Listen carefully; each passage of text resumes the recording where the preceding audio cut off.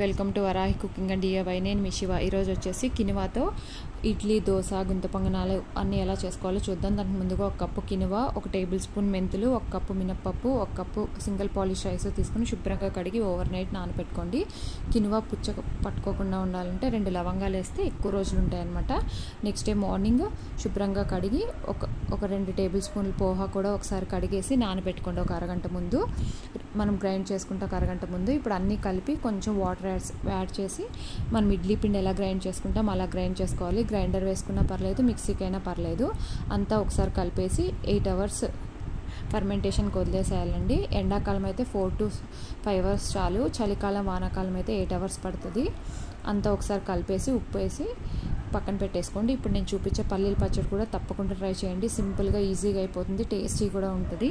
ఇప్పుడు ఒక మూకుడు తీసుకుని దాంట్లో 1 కప్పు పల్లీలు వేసి సిమ్లో పెట్టి చక్కగా ఎర్రగా వేయించుకోవాలి, మాడనీయకోకుండా. ఇప్పుడు అదే మూకుట్లో కొంచెం ఆయిల్ వేసి ఎండుమిరపకాయలు కూడా ఒక 2 నిమిషాలు వేయించుకోవాలి. ఎండుమిరపకాయలు, పల్లీలు అస్సలు మాడకూడదు, మాడితే టేస్ట్ మారిపోతుంది. ఇప్పుడు మిక్సీ జార్లో పల్లీలు, జీలకర్ర, ఉప్పు, 2 వెల్లుల్లి రెబ్బలు, వేయించిన ఎండుమిరపకాయలు వేసి చక్కగా గ్రైండ్ చేసుకోవాలి, వాటర్ యాడ్ చేసి. ఇప్పుడు పచ్చడి తిరుమాత పెట్టుకోవడం అండి. తప్పకుండా ట్రై చేయండి. చూసారా ఎంత మంచి కలర్, ఎంత బాగుందో. ఇప్పుడు ఇడ్లీ ఎలా వేసుకోవాలో చూద్దాం. మనం నార్మల్ ఇడ్లీ ఎలా వేసుకుంటాం అలాగే అండి.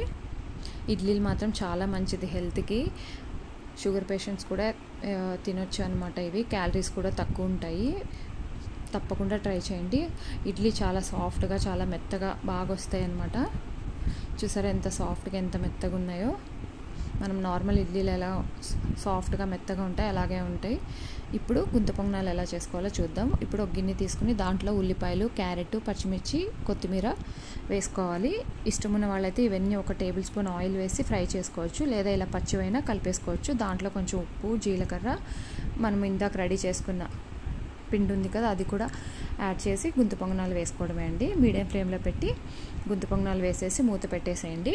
ఎర్రగా 2 పక్కల కాల్చుకోవడమే. ఇప్పుడు గుంత పొంగనాలు రెడీ అయిపోయినాయి. ఇప్పుడు దోశ ఎలా చేసుకోవాలో చూద్దాం. దోశ వేసుకునేటప్పుడు మాత్రం పిండి గట్టిగా ఉంటే బాగా రావు దోశలు. కొంచెం వాటర్ యాడ్ చేసుకుని దోశలు వేసుకోవడమే. దోశలు కూడా చాలా కరకరలాడుతూ ఎర్రగా వస్తాయి అన్నమాట. తప్పకుండా ట్రై చేయండి.